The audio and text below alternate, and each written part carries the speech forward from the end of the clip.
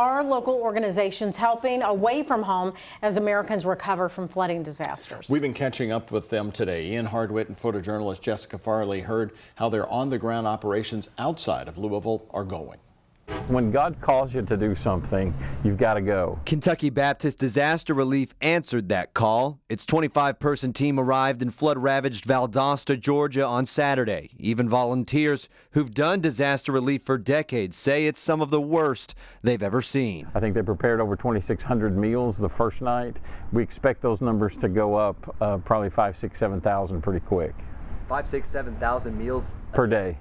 Plus, a team from Louisville Salvation Army is in Johnson, Tennessee, with a similar mission, feeding people and their souls. The team's 2-week rotation began Sunday, making over 200 meals the first day. Johnson City saw 9 inches of rainfall in 24 hours in the direct aftermath of Hurricane Helene.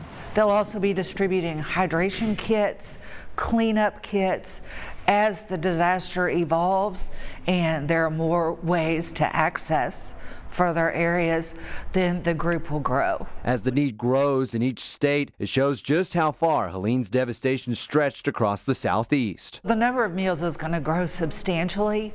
While there, these organizations want to serve hope along with the food. To help bring that hope, and healing so that they can begin the process of rebuilding their lives.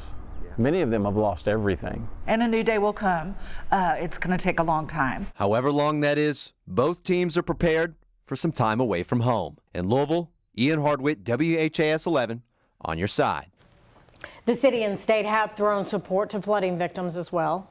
911 response teams from Louisville Metro and Kentucky's emergency services are also going to be operating in North Carolina, where, of course, the flooding hit so hard.